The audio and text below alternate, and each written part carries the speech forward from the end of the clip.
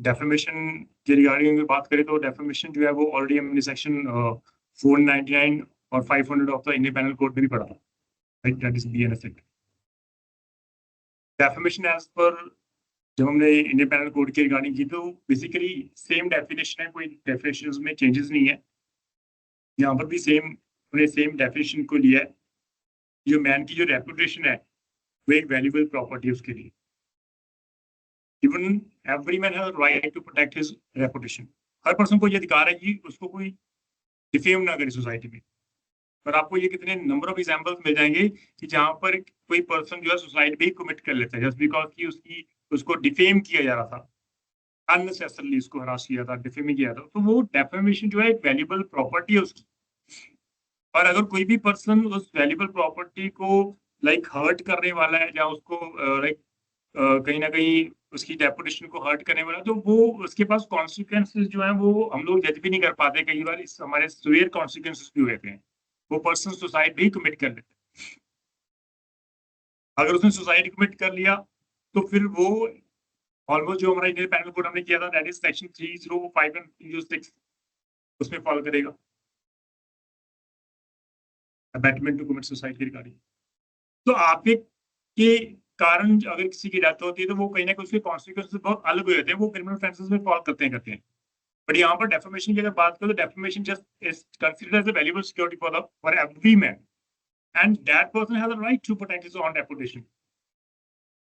और डेफेमेशन जो है चाहे आप ओरली कर लो चाहे आप रिटन में कर लो, क्योंकि हमारे पास दो वर्ड यूज किए गए, लेबल एंड स्लैंडर। तो इसलिए defamation can be by way of oral statement और by way of in written form, like written statement में भी आप दे सकते हैं। और एक पर्सन दूसरे पर्सन की रेपुटेशन को डैमेज कर रहा है, हर्ट कर रहा है, तो दैट इज द डेफिनेशन। यहाँ पर एक और वर्ड लिखा गया कि the offence of injuring a person's character, fame और रेपुटेशन बाय फॉल्स और malicious statement is also considered to be a defamation। ये भी इन्होंने कवर कर दिया, कैरेक्टर को, उसकी फेम को, जो उसने नाम कमाया, गुडविल कमाई है, फेम और रेपुटेशन। आप फॉल्स और मैलिशियस स्टेटमेंट भी दे रहे हो तो उसके कारण अगर ये तो ये जो पर्टिकुलर डेफिनेशन है इसको थोड़ा सा वाइड अप किया गया है। उसमें वो कैरेक्टर वर्ड भी यूज किया, उसने फेम वर्ड यूज किया, उसने रेपुटेशन वर्ड भी यूज किया। ऑल्सो अगर तीनों को देखा जाए तो वो कहीं ना कहीं वो सिनोनिमस वर्ड ही है। कैरेक्टर एक पर्सनल वर्ड है और फेम जो आपने गुडविल कमाई है सोसाइटी में, और something same is like a reputation. तो उसको भी यहाँ पर एड अप किया गया है, उसको वाइड अप किया गया है। तो स्टेटमेंट जब भी आपकी होगी, डेफर्मेशन स्टेटमेंट जब भी होगी, इट में भी इन रिटन फॉर्म और इट में भी in oral statement, like oral version में भी आप बोल सकते हो स्पोकन। दैट इज यहाँ पर दो वर्ड यूज किए गए, स्लैंडर एंड द लेबल, दो वर्ड यूज किए गए। जो परमानेंट फॉर्म में होता है जिसको हम लोग आंख से देख सकते हैं, which can be in A visible form, that is a label. और हमारे ईयर में एक स्लैंडर होता है जो जिसके कारण हम लोग इजीली किसी भी वॉइस को सुन सकते हैं और वो हमारे माइंड तक वो आगे मैसेज पहुंचाता है, दैट इज स्लैंडर। वैसे यहाँ पर वर्ड स्लैंडर भी रखा गया है। स्लैंडर दैट मींस ओरल है, जो लेवल है दैट इज मींस वो विजिबल फॉर्म में है, तो वो थिएटर में भी हो सकता है, वो बाय वे ऑफ ड्राइंग भी हो सकता है, बाय वे ऑफ कोई भी अदर फॉर्म में भी हो सकता है जो विजिबल इन नेचर की हो, जिसको हम लोग देख सकें। और ये दोनों फॉर्म में भी हो सकते हैं विजिबल, लाइक कोई पिक्चर चल रही है उसमें जो वर्ड बोले जा रहे हैं दैट इज अ स्लैंडर, हमारे कान को हमें दिख रहे हैं, और जो पिक्चर दिख रही है दैट इज अ लेबल, वो विजुअल फॉर्म में है, वो परमानेंट फॉर्म में है। तो defamation can include both the terms also. तो यहाँ पर दो डेफर्मेशन की उसके रिगार्डिंग डिफरेंस है, लेबल एंड स्लैंडर के रिगार्डिंग। यहाँ पर वर्ड फर्स्ट जो है it is addressed to the eyes, the libel is always addressed to the eyes, हम लोग आंखों से देख सकते हैं, whereas slender it is always addressed to the ears, हम लोग सिर्फ कानों से सुन सकते हैं, हम देख नहीं सकते। It is in A oral और स्पोकन वर्ड्स में हम बात करें। सेकंड थिंग यहाँ पर वर्ड लिखा गया है कि डेफामेटरी स्टेटमेंट्स हैं is made in some permanent and visible form में होने चाहिए जो लेबल है, क्योंकि आंख से देखना है कि परमानेंट फॉर्म होगी, विजिबल फॉर्म होगी, तभी हम लोग देख सकते हैं। राइट, आप राइट कर रहे हो, आप पेंट कर रहे हो bye way of picture, bye way of किसी भी फॉर्म में है, वो परमानेंट फॉर्म होगी आपकी। जबकि स्पोकन वर्ड्स जो है वो कभी परमानेंट फॉर्म नहीं होते, डेफिनेटली वो स्टैंडर्ड टाइप्स होते हैं। तो definitely statements made by spoken words और whether visible or audible, like gesture, hissing or such other things, तो वो कहीं ना कहीं अलग है। तो दोनों में मिक्सअप भी होता है वहां पे, जैसे मैंने आपको कहा था।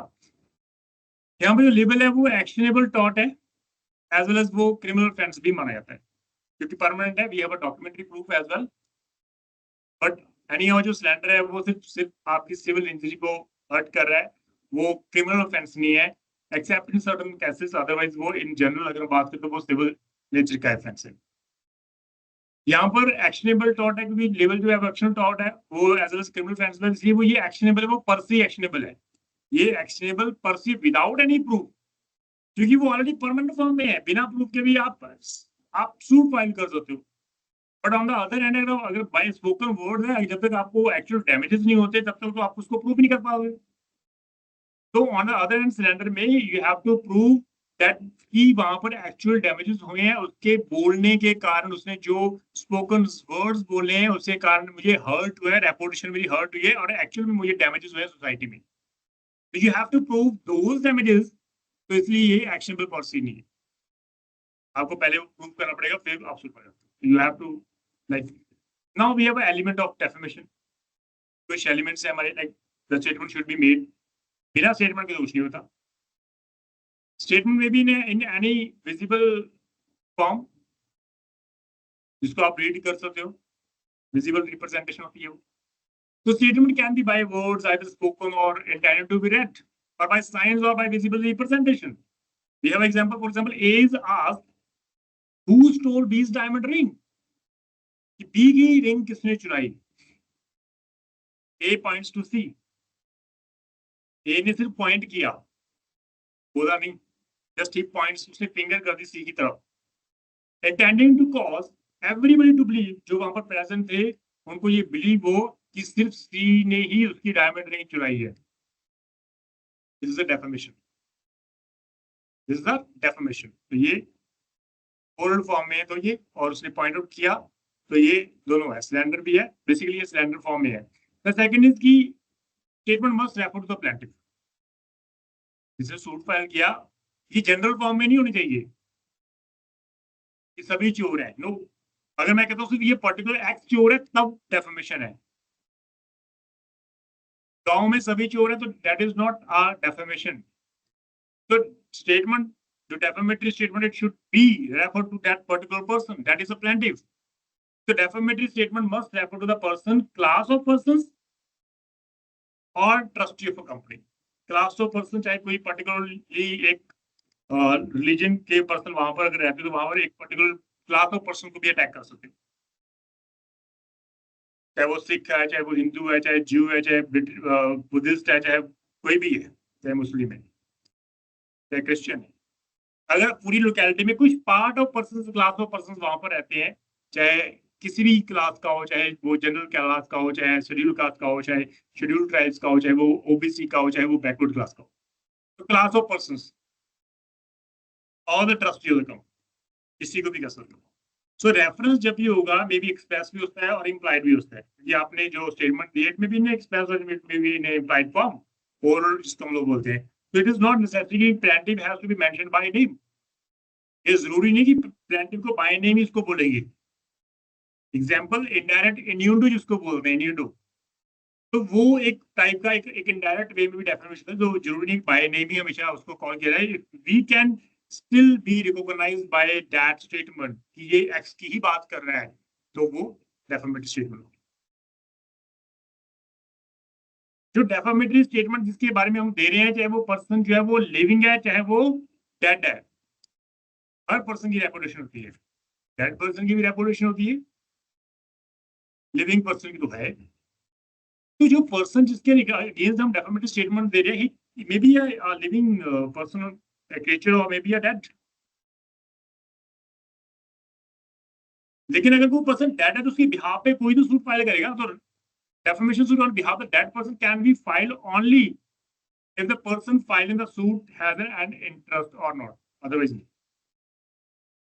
फादर किसी का डेड है, उसके फादर को आप हर्ट कर रहे हो तो उसका नेबर नहीं सूट फाइल करेगा, उसका बेटा ही सूट फाइल करेगा, क्योंकि उसका इंटरेस्ट है मेरे फादर मिले। वो कह रहे हैं मेरे फादर जो है उसकी रेपुटेशन है और आपने हर्ट की है, तो that son has an interest in that father's goodwill. तो स्टेटमेंट जब भी होगी प्लेंटिफ की होगी, प्लेंटिफ चाहे लिविंग है चाहे डेड है, उसे उसे कोई फर्क नहीं पड़ता। अगर डेड पर्सन है तो उसको रिप्रेजेंट उसके फैमिली मेंबर करेंगे जिसका उसके नाम में इंटरेस्ट है, उसकी गुडविल में इंटरेस्ट है। Second, statement must be defamatory. अगर वो स्टेटमेंट डेफामेटरी इन नेचर की नहीं है तो इसमें आप कुछ नहीं कर सकते, आप यू कैन नॉट क्लेम। तो defamation starts with someone's like making a statement जिसमें किसी की रेपुटेशन हर्ट हो रही है। अगर कोई पर्सन डेफामेटरी स्टेटमेंट दे रहा है, वो हेल्ड उसको लायबल तभी ठहराएंगे अगर उसमें एक्चुअल में स्टेटमेंट डेफामेटरी वर्ड्स है, जिसके कारण आपकी गुड ओपिनियन सोसाइटी में डिमिनिश हुई है, कम हुई है, आपकी रेपुटेशन हर्ट हुई है in the eye of others. आपकी खुद की आईज में बात नहीं कर रहा, not a reputation in the on your own eyes, reputation in the eyes of other person who are a respectable member of the society. अगर कोई पर्सन कहता है मैं बहुत अच्छा हूँ, मैं बहुत अच्छा हूँ, आप अच्छे हो उससे कोई फर्क नहीं पड़ता। अगर दूसरे लोग कहेंगे कि आप अच्छे हो, वो रेपुटेशन है।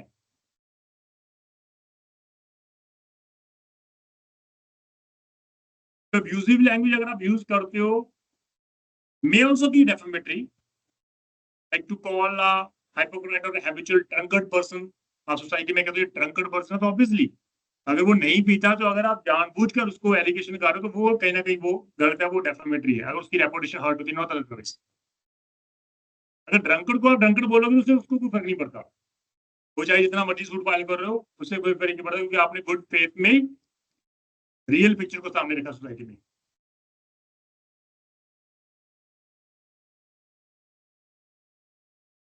इसलिए इसको ध्यान में रखना। A fuel station to understand what is defamatory or what is not. To say a motorist drives negligently is a defamatory. To criticize goods is not defamation.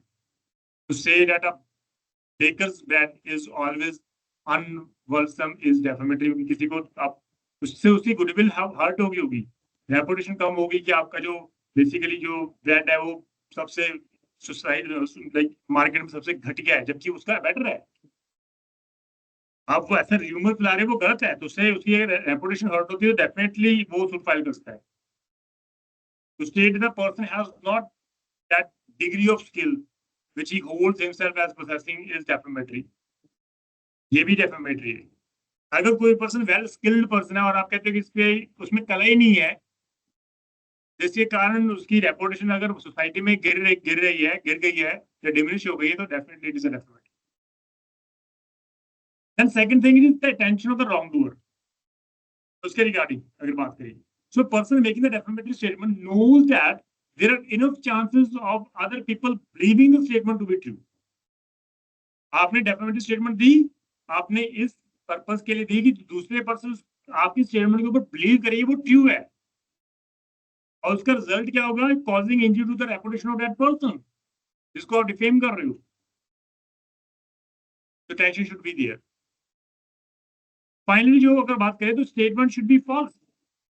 जो स्टेटमेंट डेफामेटरी स्टेटमेंट गलत तो होनी चाहिए, क्योंकि अगर वो ट्रू है तो फिर वो डेफामेशन नहीं है,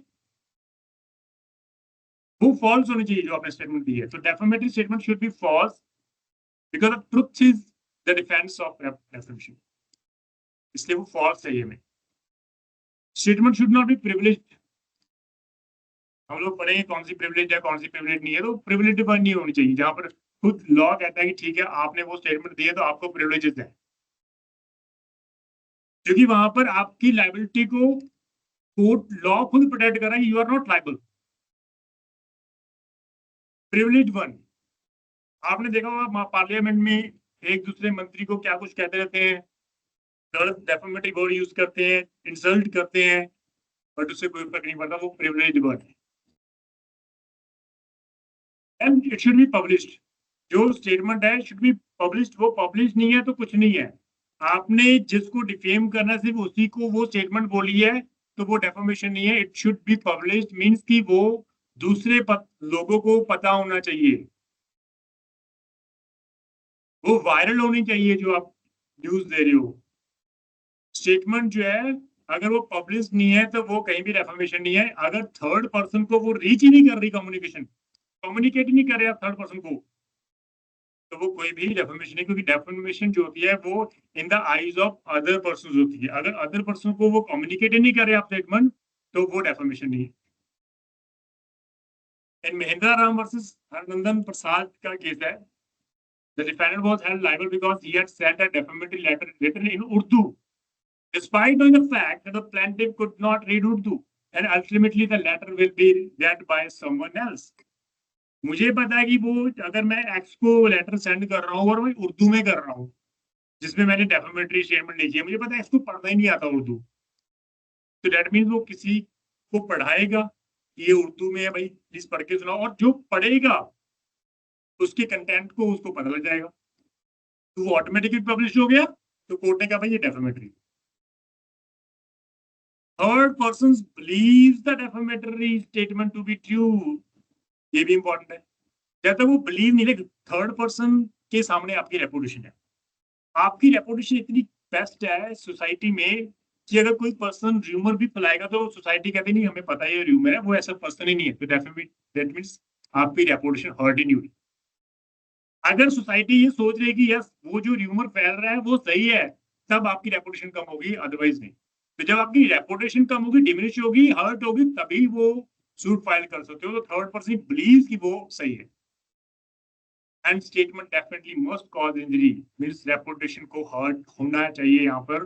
तो statement made should harm or injure the plaintiff in some way, like the plaintiff lost his job because of the statement made to the, तो ऐसा कुछ होना चाहिए। देन पब्लिकेशन, क्योंकि ये सबसे इंपॉर्टेंट पॉइंट है हमारा। पब्लिकेशन जो है वो देखा जाए तो विदाउट पब्लिकेशन कुछ नहीं होगा। स्टेटमेंट जो डेफामेटरी है वो पब्लिश होनी चाहिए, थर्ड पर्सन को अगर नॉलेज होगी तभी वो डेफामेटरी, अदरवाइज नहीं है। सो व्हेन टू और more person agree together to write और utter defamatory words of another, and one of them writes or utter the word in the presence of others who have so agreed, all of them may be sued as a joint tortfeasor, provided the defamatory matter has been published to persons other than those who were acting together or the plaintiff। कोई भी person publication word use कर रहे हैं by two और more person, अगर दो defendant है वो एग्री करेंगे हम लोग स्टेटमेंट देंगे इसके रिगार्डिंग कुछ बोलेंगे सोसाइटी में, तो ऑब्वियसली आप दोनों लायबल हो जाओगे, आप जॉइंट टार्टिफिशर हो जाओगे as suit as a joint, दोनों को एक साथ सूट फाइल किया था as a joint tortfeasor. But condition क्या है कि डेफामेटरी जो मैटर है has been published to person other than those who were acting together. आपने प्लेंटिफ को स्टेटमेंट दी, दोनों ने मिलकर दी, तो वो आप दो और वो प्लेंटिफ के अलावा किसी और को पब्लिश होनी चाहिए, अगर नहीं है तो वो नहीं। दैट रेपिटेशन ऑफ डेफामेटरी वर्ड्स, जब आप डेफामेटरी वर्ड के रिगार्डिंग आप उसको रिपीट कर रहे हो तो ऑब्वियसली वो जो ऑफेंस है वो एक नया होता है। बट यहाँ पर वो लिखा है the person who first make a defamatory statement not liable if the statement is republished by another person, even though he expressly stated he is reproducing what he has heard from some sources.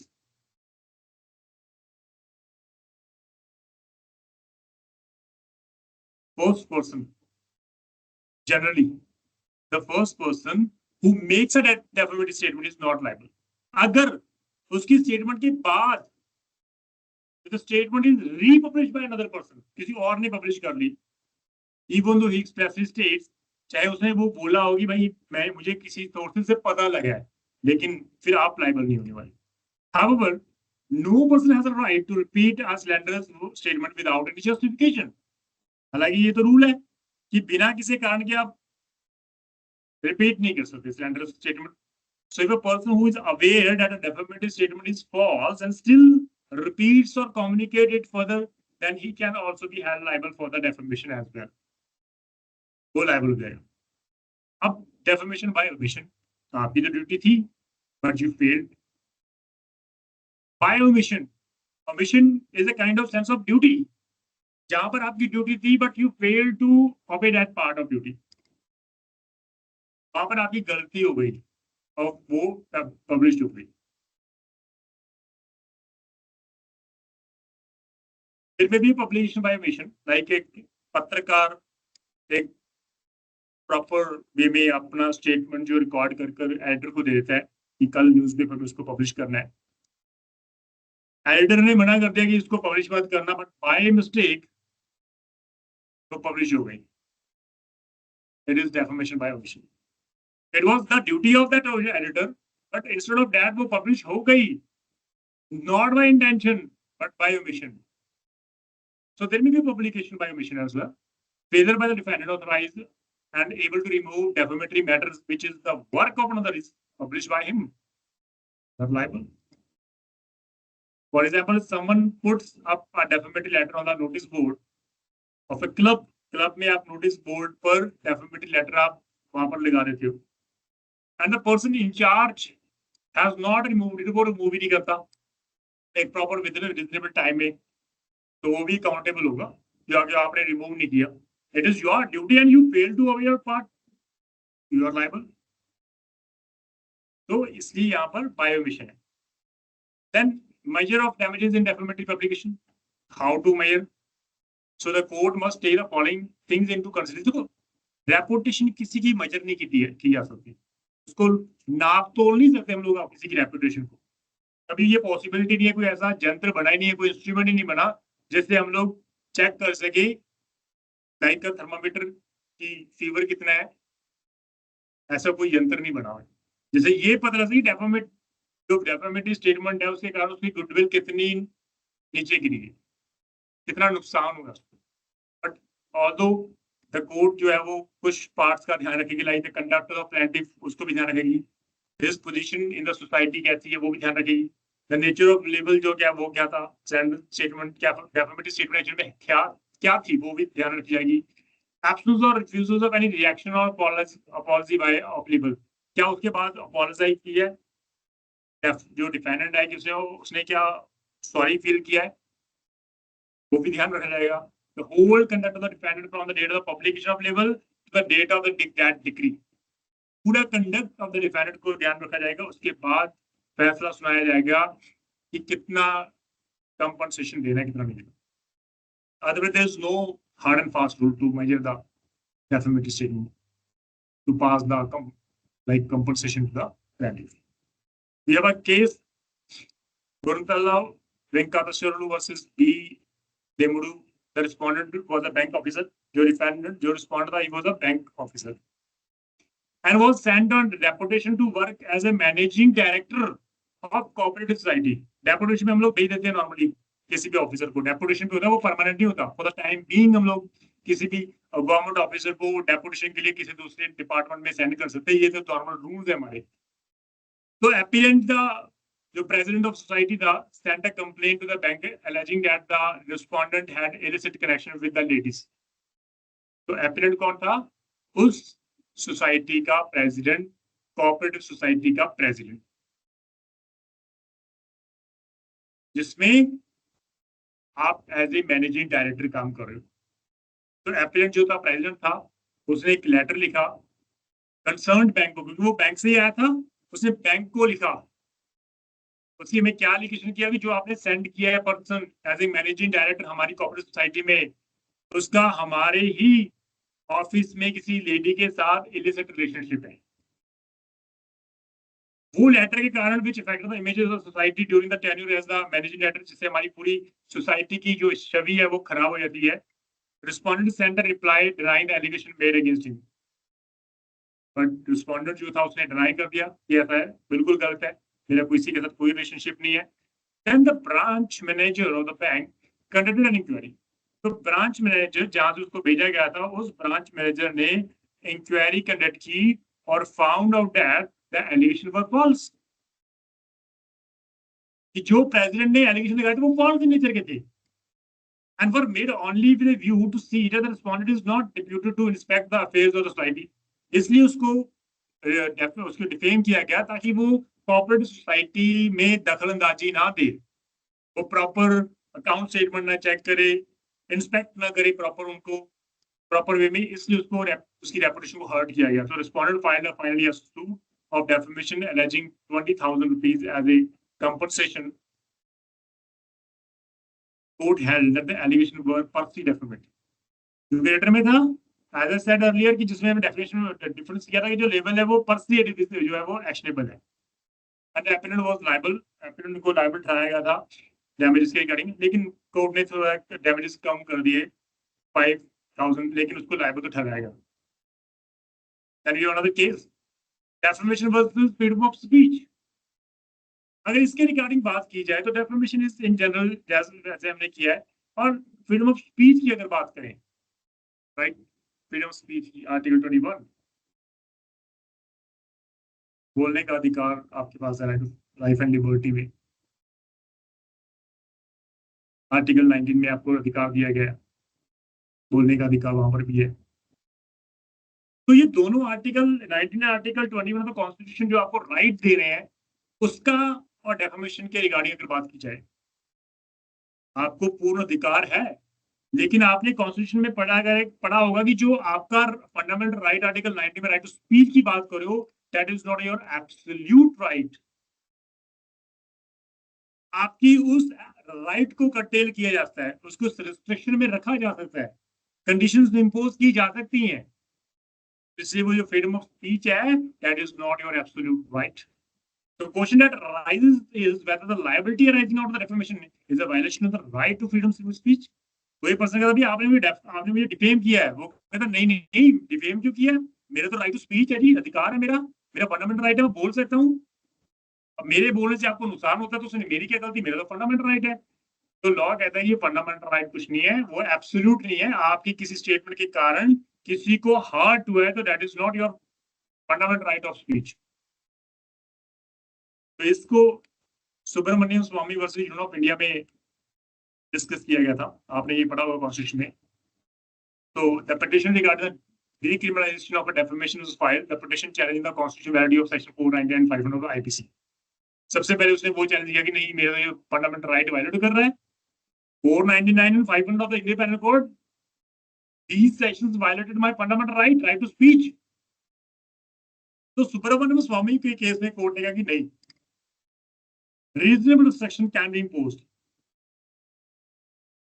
Article 21 में reasonable restriction can be imposed. Although जो defamation की word की बात करें, वो civil है वो criminal है, दोनों में फॉल करता है, but it is not a violation of right of. तो कोई भी अगर बात करें तो it is not a non discriminatory, non arbitrary, nor violative any right to the equality granted by the article 20. तो ये कोर्ट ने कहा कि बिल्कुल भी नहीं. Then Shreya Singhal versus union of India, IT act, the most important case. इस case में एक पटिशनर ने चैलेंज किया था कि सेक्शन 66A जो आईटी एक्ट है वो unconstitutional. Contending it was not a reasonable restriction on the freedom of speech and especially granted Article 20 of the Constitution. They argued that the important section was unconstitutional because it provided the protection against annoyance, inconvenience, insult, injury, or criminal intimidation, which is not covered in Article 19. Court found the 66th section जो है to be vague, invalidated it on the ground being violated the right of freedom of speech and expression. क्योंकि अगर आपके उस अधिकार को कहीं भी रिस्ट्रिक्शन में ना रखा जाए तो किसी ना किसी के लिए अनोयंस पैदा करेगा, इनकन्वीनियंस पैदा करेगा, इंजरी करेगा. इसलिए कोर्ट ने कहा कि वो गलत होगा अगर आपके जो right of freedom of speech को, एक्सप्रेशन को, अगर उसको सीमित रखा जाएगा तो वो वेल एंड गुड है. लेकिन अगर ऐसा सेक्शन जो आर्टिकल 19 को ही वायलेट कर रहा है तो वो अनकॉन्स्टिट्यूशनल है. अगर वो सेक्शन इटसेल्फ ये कह रहा है कि आर्टिकल 19 एप्लीकेबल ही नहीं है हमारे ऊपर, तो वो सेक्शन इटसेल्फ गलत है. तो श्रेया सिंघाल का फेमस केस है हमारा। देन डिफेंसेस क्या है हमारे पास? We have many defences. The first is justification by truth. अगर आप सच बोल रहे हो तो एब्सोल्यूट डिफेंस है। प्रिवेंटिव सूट फाइल कर दिया डेफेमेशन के रिगार्डिंग, कोई इशू नहीं है। आप कहते हो भाई मैंने तो सच बोला था, मैंने कौन सा झूठ बोला है? Truth is an absolute defence. If the statement made is authentic, सही है, then it does not constitute defamation, वो defamation नहीं है। For example, X makes a statement in an interview about why indulging in gambling and why files a suit against him. X is able to justify to prove it, then why claim will be dismissed. अगर X ये prove कर दे कि वो तो gambling का business run कर रहा है, अगर वो prove कर दे, फिर defamation कैसी है? X says कि भाई भाई तो gambling का ऑफेंस कर रहा है, उसने अपने इंटरव्यू में कह दिया, वाई ने झूठ वाले कर दी, भाई मैंने कौन सा गैम्बलिंग की है। लेकिन अगर तो एक्स प्रूव कर दे तब इट मींस वो जस्टिफिकेशन है, जस्टिफिकेशन बाय ट्रुथ है।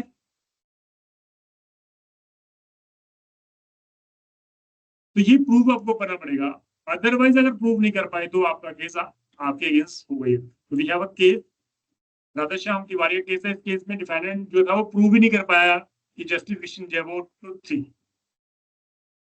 The defendant was unable to prove. अगर आप प्रूव नहीं कर पाए तो आप डेफेमेशन के लिए लायबल हो। Then fair and bona fide comment, normally हम लोग फेसबुक पे, इंस्टाग्राम पर, अदरवाइज जो भी आपकी लाइक सोशल मीडिया की जो भी एप्स वगैरह होती हैं, आप नॉर्मली कमेंट कर देते हो वहां पर नॉर्मली। अगर देखा जाए, अगर आपके कमेंट के कारण किसी को हर्ट होता है तो आप लायबल हो जाओगे। बट अगर आप ये प्रूव कर दो कि मेरा तो कमेंट था वो बोनाफाइड था, फेयर था, तो कोई लायबिलिटी नहीं। So nothing is defamatory which is fair comment in the matter of the public interest, but वो public interest के regarding होगा। Defendant can avail this defense when he has merely made a fair comment in a matter of public interest, but you have to prove कि वो fair है। It is all the duty of the defendant to prove that the comment made by him is in the interest of public interest and it is fair enough। तो आपके against कोई भी suit file नहीं किया जा सकता। The principle relates to defense of fair comment have been stated by the jurors in the following way, like the comment should be on a matter of public interest। पहली बात public interest involved होना चाहिए, based on fact होना चाहिए, क्योंकि हमेशा fact के basis पे बात करने वाले कभी झूठ नहीं बोलते। comment though it can be include interference with the fact must be recognizable as a comment। आप उसको comment लेके चलेंगे, वो comment है, recognizable as a comment। The comment must satisfy the following objective test। Could any man honestly believe, express that opinion on the proved fact। तो वो objective test है, क्या कोई पर्सन ऑनेस्टली उसके ऊपर बिलीव करेगा? वो एक ऑब्जेक्टिव टेस्ट है, उसको क्लियर करना पड़ेगा। Lastly, even though the comment satisfy the objective, the defense can be defeated if the plaintiff proves that the defendant was actuated by express malice। ये आपकी इंटेंशन थी, जानबूझकर आपने वो कमेंट किया, इट वाज योर इंटेंशन। अगर intention prove हो गई तो आपका ये डिफेंस खत्म। तो सेम अप्रोच हम लोग इंडिया में यूज कर रहे हैं। Any matter of subject which attracts public attention and is a matter of public interest. तो अगर वहां पर यू प्रूव्ड कि वो मेरा कमेंट था वो फेयर इन नेचर का था, तो you are not liable. Like suppose A puts an allegation on B of being corrupt in a newspaper। If A is not able to prove that the allegation were true, then his comment will be treated as a not a fair comment and वो defamation के लिए liable हो जाएगा। Third defence है fair comment and justification distinguish हो, इसी के regarding है वो, फेयर कमेंट और जस्टिफिकेशन के रिगार्डिंग। अगर वो डिस्टिंग्विश हुई तो वो प्रॉब्लम आएगी। तो plea of fair comment is available only in respect of both facts and opinion. Facts के ऊपर जो मैं ओपिनियन दे रहा हूँ वो भी फेयर होनी चाहिए। तो it is not necessary to prove the truth of the comment when justification, जब आप जस्टिफाइड कर रहे हो in respect of the matter of opinion, मेरी ओपिनियन तो ये है, तब भी वो फेयर ही माना जाएगा। So you are not liable। Then we have another ground, that is absolute privileges। Absolute privileges, conditional भी है, absolute भी है। It gives the person an absolute right to make the statement even if it is defamatory, चाहे वो डेफामेटरी statement आप दे दो, कोई issue नहीं है, पार्लियामेंट में ऐसे ही होता है। तो जिसने वो पर्सन ने डेफामेशन स्टेटमेंट दी है, चाहे वो डेफामेटरी है, उससे कोई फर्क नहीं पड़ता, वो इम्यूनिटी उसको दी है from the liability arising out the defamation suit. तो generally absolute privilege exempt defamatory statements made during the judicial proceeding by the government officials, दोनों साइड में उसको एब्सोल्यूट प्रिविलेज में रखा गया है। जब by legislator during the debates in the parliament, उसको भी रखा गया है। During political speech in the parliament proceeding, उसको भी रखा गया। कम्युनिकेशन बिटवीन द स्पाउसेस, तो वो in the eyes of law same है, तो इसलिए उसको भी कवर किया गया इस सिचुएशन में। तो that is a privilege one, absolute privilege दिया गया। For example, if x is a member of the parliament, और पार्लियामेंट में आप एक स्पीच दे रहे हो जिसके कारण दूसरा पॉलिटिकल जो पार्टी होगा, चाहे वो एमएलए चाहे वो एमपी है, उसकी इंसल्ट कर रहे हो आप openly, here access protected by absolute privileges. आपने नॉर्मली देखा होगा हमारे पार्लियामेंट में राहुल गांधी जी को,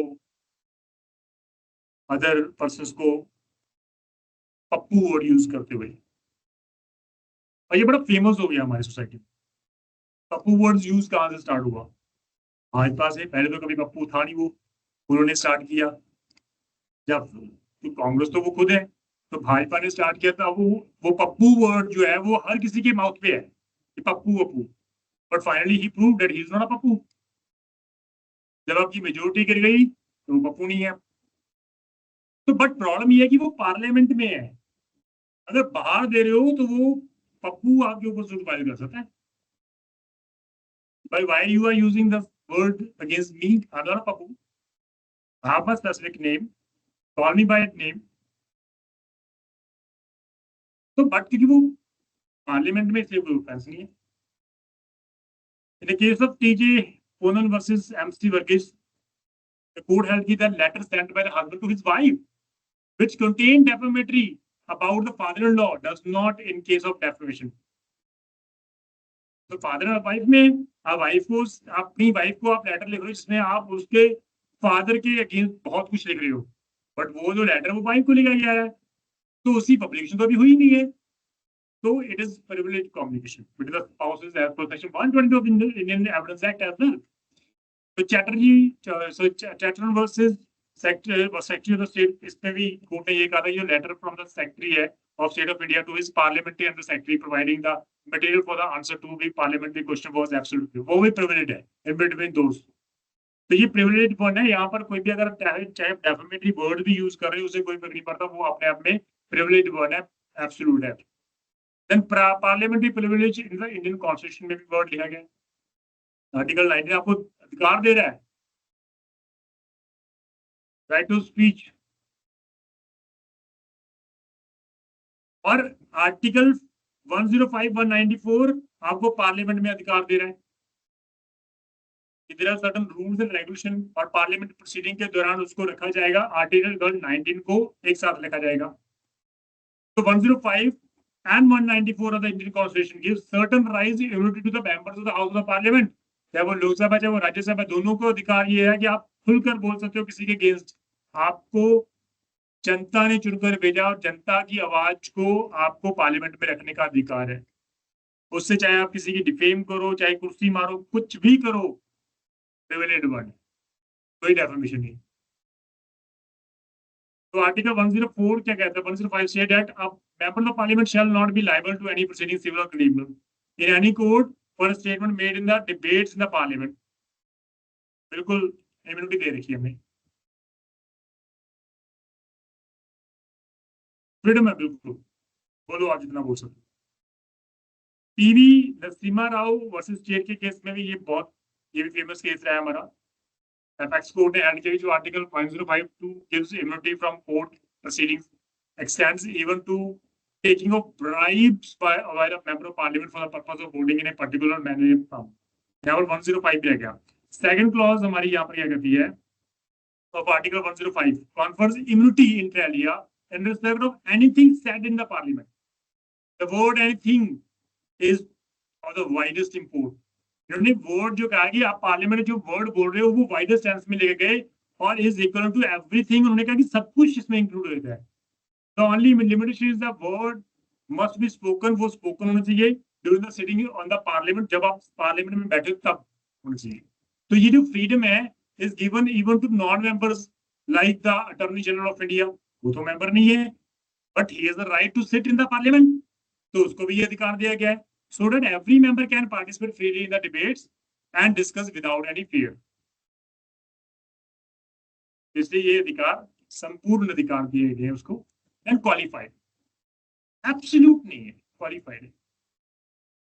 So when a person making the statement has a legal, social or moral duty to make it, आपको लीगल, सोशल और मॉरल ड्यूटी है कि आप उसको दो, डेफर्मेटरी स्टेटमेंट बोलो, and the listener has an interest in it, और listener है उसका इंटरेस्ट बन रहा है, then the defence of qualified privileges allowed, तो वहां पर हम लोग अलाउ करते हैं। Following up like certain reference for a job applicant, answering the police inquiry where defence can be availed of, उसके रिगार्डिंग आप डिफेंस पुलिस इंक्वायरी में आप कुछ आंसर दे रहे हो, कोई इशू नहीं है, प्रिविलेज वन है, आप दे दो, किसी के रिगार्डिंग भी आप बोल सकते हो, तो इंक्वायरी है तो इंक्वायरी है, it is not a kind of publication to any person.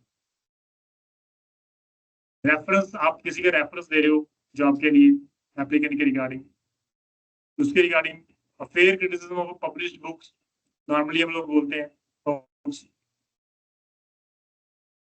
Review में हम लोग कमेंट कर देते हैं।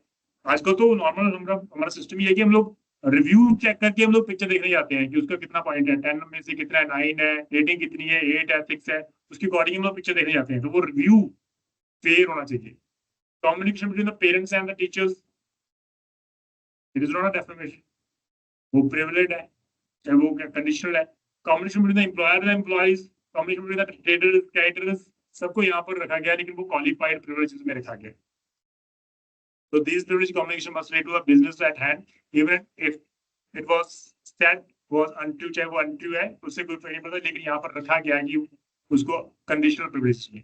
अब यहाँ पर जो डिफरेंस है एब्सोल्यूट और क्वालिफाइड प्रिविलेजेस में, सबसे पहले प्रिविलेजेस में defendant can avail this defense even when he has made the false and defamatory statement, क्योंकि वो एब्सोल्यूट है, पार्लियामेंट में जो आपका मन कर रहा है बोलो, गाली गलोच भी चलता है वहां पर, आपने देखा होगा, लेकिन वो सेम क्वालिफाइड प्रिविलेजेस में नहीं है। तो क्वालिफाइड प्रिविलेजेस में डिफेंडेंट जो है can avail this defence when he made the false and defamatory statement deliberately but without merit, intention नहीं दी आपकी, गलती से हो गया, qualified privileges. It can be used as a defense in the parliament, judicial, naval, military और normally state proceeding में, but यहाँ पर ऑलरेडी हमने देखा है एम्प्लॉयर एम्प्लॉय में it can be used as defense in communication made in the course of legal, social, moral और duty, जहाँ पर आपकी ये ड्यूटी है उसमें आप यूज कर।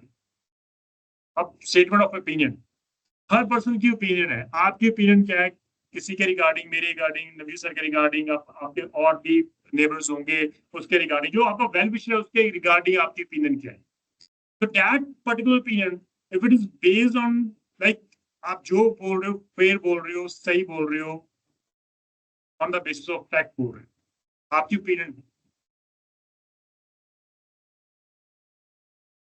It is a defence. So if the statement made is an opinion and not a statement of fact, then it can be defamatory.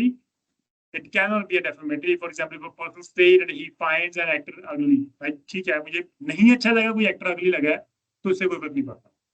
The statement is just an opinion. अगर opinion से कुछ अलग हुआ, आपकी वहां पर intention हो गई, जानबूझकर आपने वो ओपिनियन दी, तब वो defamatory. However, if he says that actor is a drug addict, actor is a drug addict and has had multiple affair, तो भाई ये गलत हो जाएगा, फिर ओपिनियन नहीं है, आप उसकी पर्सनल लाइफ में अपनी नाक घुसोड़ रहे हो, वो गलत है। तो इसलिए देन जस्ट स्लो डाउन।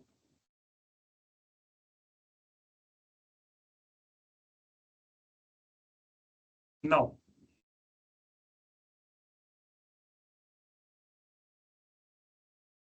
तो ये स्टेटमेंट ऑफ ओपिनियन, आपकी ओपिनियन बिल्कुल फेयर होनी चाहिए। ओपिनियन के अलावा कोई और फैक्ट के रिगार्डिंग अगर बात करो वो करते हैं, जैसे ऐसा ऐसा कि एक्टर जो है ड्रग एडिक्ट है, चलो ठीक है वो ड्रग एडिक्ट है, लेकिन ये ना मल्टीपल अफेयर्स, वो तो फिर आप पर्सनल लाइफ में जा रहे हो। अगर आप किसी एक्टर के रिगार्डिंग बात करना चाहते हो तो उसकी एक्टिंग के बारे में बात करो ना, उसकी पर्सनल लाइफ में जो इंटरफेयर कर रहे हो वो ड्रग एडिक्ट है, मल्टीपल फेज है, तो गलत है। आपकी ओपिनियन उसकी एक्टिंग के रिगार्डिंग होनी चाहिए, उसकी पर्सनल लाइफ के अकॉर्डिंग नहीं होनी चाहिए। तो वो डेफामेटरी है। अगर आपकी डेफामेटरी के कारण उसको कोई लॉस होता है तो definitely you are liable. And consent, आप बीइंग एज अ डिफेंडेंट आप कह रहे हो कि प्लेंटिफ की कंसेंट थी सर स्टेटमेंट में, तो फिर तो वो डेफामेशन ही नहीं है। Plaintiff consent the statement made, there is no defamation. आपने तो प्रूफ करना है कि सर मैंने पब्लिश की थी नो डाउट, बट इसकी कंसेंट थी तभी पब्लिश किया। अदरवाइज मेरी कोई टेंशन नहीं थी पब्लिश करने, but with his consent I publish the matter to the other person. अब उससे डेफामेशन हो रहा है, उससे कोई फर्क नहीं पड़ता। Censor passed in good faith by the person having lawful authority. It is not defamation of a persons having over another authority, either conferred by law or arising out of the lawful contract made with another to pass in good faith any censure on the conduct of that other in matter in which such person lawfully authority relates. For instance, a judge को आप कैसे deal कर रहे हो? A judge censoring the conduct of the witness, जज है वो witness को कई बार डांट भी देता है, झूठ बोल रहे हो, पैसे लिए आपने, बाहर निकलो यहाँ से। और वो गुड फेथ में होता है ना, पर्सनली ट्राई तो नहीं कर रहा वो। अगर वो गुड फेथ में नहीं है, क्योंकि यहाँ पर स्पेसिफिकली बोर्ड ही लिखा है गुड फेथ, अगर वो गुड फेथ नहीं है तो भाई वो फिर डेफामेशन। तो फॉर एग्जाम्पल अ जज censoring conduct of the witness, or a banker censoring the cashier of his bank, or engineer submit a report to the multiplicity that the contractor had taken away the stock of metal. But if it is in good faith, it is not a defamation at all. Acquisition, allegation लगाना normally. Acquisition made in good faith to the authorized person. तो acquisition made in good faith, अगर आपने किसी के ऊपर एक allegation लगाया but वो made in good faith है against the person who has a lawful authority over that person, is not a defamatory. It's not a defamation. तो ये प्रूव करने की जरूरत है कि आपकी जो स्टेटमेंट है, जो एलिगेशन थे वो ट्रू थे, but he must prove that there was a reasonable ground for him to believe in the allegation. की मुझे नहीं पता कि वो एलिगेशन झूठे हैं सच है, मुझे नहीं पता, लेकिन मेरे पास रीजनेबल ग्राउंड थे जिसके ऊपर मैं ये बिलीव कर सकूं वो एलिगेशन सही है। वो सही है या नहीं एक्चुअल में मुझे नहीं पता, बट मेरे पास रीजनेबल ग्राउंड थे जिसपे मैं बिलीव कर सकूं कि वो सही है, बट वो प्रूव करेगा। Then civil and criminal defamation के regarding, defamation as a tort civil है, क्राइम में तो हमने पढ़ा ही है, वो बेलेबल है, नॉन कॉग्निबल है, कंप्लेंट फाइल करनी पड़ेगी, कंपाउंडेबल है। Second, it is based on a tort law, an area of law which has no statute to define wrong and realize, जो वो unqualified law है, whereas criminal offense is a qualified law, specifically section 490 and section 5 deal कर रहा है, but law of tort is not a qualified one. It provides redressal to the plaintiff by awarding damages in the form of unliquidated damages, but वहां पर तो Indian panel code में और BS act में तो हम लोग उसको सजा कर रहे हैं। Damages are awarded on the basis of probabilities, कितना नुकसान हुआ है, कितना डेपुटेशन हुआ है, वहां पर definition offence of defamation has to be published beyond the reasonable doubt, आपको प्रूव करना पड़ेगा तब जाके उसको सजा होगी। It is generally a slow process to seek relief in India tort के बिहाफ पर, लेकिन वहां पर क्राइम है तो वो जल्दी विटनेसेस कवर होते हैं तो उसको सजा भी हो सकती है। The last one is a person found guilty can be penalized only कि आप damages दे दो, बट यहाँ पर तो सजा है 2 साल की। So defamation जो law है serves the purpose of protecting people from having their reputation to be hurt by another person without having any justification. तो आपके पास राइट है, right to life and liberty है, आपकी है, कोई पर्सन आपकी राइट एंड लिबर्टी को हर्ट नहीं कर सकता, रेपुटेशन को आपकी हर्ट नहीं कर सकता, लिबर्टी है वो आपकी as a property है, reputation is a property of the person, so no one has a right to intervene, no one has a right to hurt your reputation, So this is all about the defamation. इसको please आप cover कर लेना. I have already send the notes to you. सारे notes मैंने send कर दिए थे, इसलिए प्लीज उसको ध्यान में रखना. मेक इट श्योर कि इसको प्रॉपर कर लेना, काफी इंपॉर्टेंट है हमारा. ठीक है जी. तो कल से हम लोग फिर स्टार्ट करते हैं केस लॉ के रिगार्डिंग डिस्कशंस. ठीक है, इंपॉर्टेंट केस लॉ हम लोग कल से स्टार्ट करेंगे. तो मेक इट श्योर आपकी प्रेजेंस इज रिक्वायर्ड. काफी इंपॉर्टेंट हमारा होगा टॉपिक, जो भी हमारा टॉपिक होगा. तो ठीक है, लॉ ऑफ टॉर्ट में कई बच्चे इंटरेस्टेड थे, कई बच्चे इंटरेस्टेड नहीं थे, but for the sake of knowledge इसलिए आपके लिए वो जरूरी है कि आप उसको समझो, हर टॉपिक को समझो. आपको पता होना चाहिए बीइंग एज लाइक आप लॉबी कौन सी हो, लॉ की लॉबी में काम कर रहे हो. प्रोफेशन आपका लॉ है, और इसलिए आपको हर एंगल में हर किसी फैक्ट के रिगार्डिंग आपको नॉलेज होनी चाहिए. फैक्ट के रिगार्डिंग क्या रेमेडी होनी चाहिए, तो इसको ध्यान रखना. ठीक है जी. तो thank you so much. Ranjit sir is waiting for your next class constitution के रिगार्डिंग. ठीक है जी. तो आप प्लीज कॉल लेना in case of any doubt. आप ये बता देना अगर आपको लगा कोई लेक्चर रिपीट करना, तो we will do it again. हाँ जी, एनीवन? ठीक है जी. और क्लियर? जजमेंट कब से होगा sir? Sorry sir, judgment writing sir कब से शुरू हो रहा है सर? कल से होगा ना? नहीं, जजमेंट राइटिंग पहले तो हम लोग कवर करेंगे ना, उसके जो केस लॉ है उसको कवर करेंगे. इस मंथ में सब कुछ कंप्लीट होगा. हमारे पास दो ही तो टॉपिक है हमारे पास, case law and the second is the judgement writing. इस मंथ में दोनों कंप्लीट होंगे. भाई टुडे इज 3 ना, तो 27 डेज आर लेफ्ट. 27 डेज में हमने सारी केस लॉज कवर करने हैं, and we will do the how to write the judgment, उसके ऊपर भी काम करेंगे. ठीक है. Okay sir. So from tomorrow onwards we will start working on the case law, and उसके बाद फिर देखेंगे, बीच में हम लोग करवाते रहेंगे उसको भी. दोनों कवर करेंगे इसको इस मंथ में. ठीक है.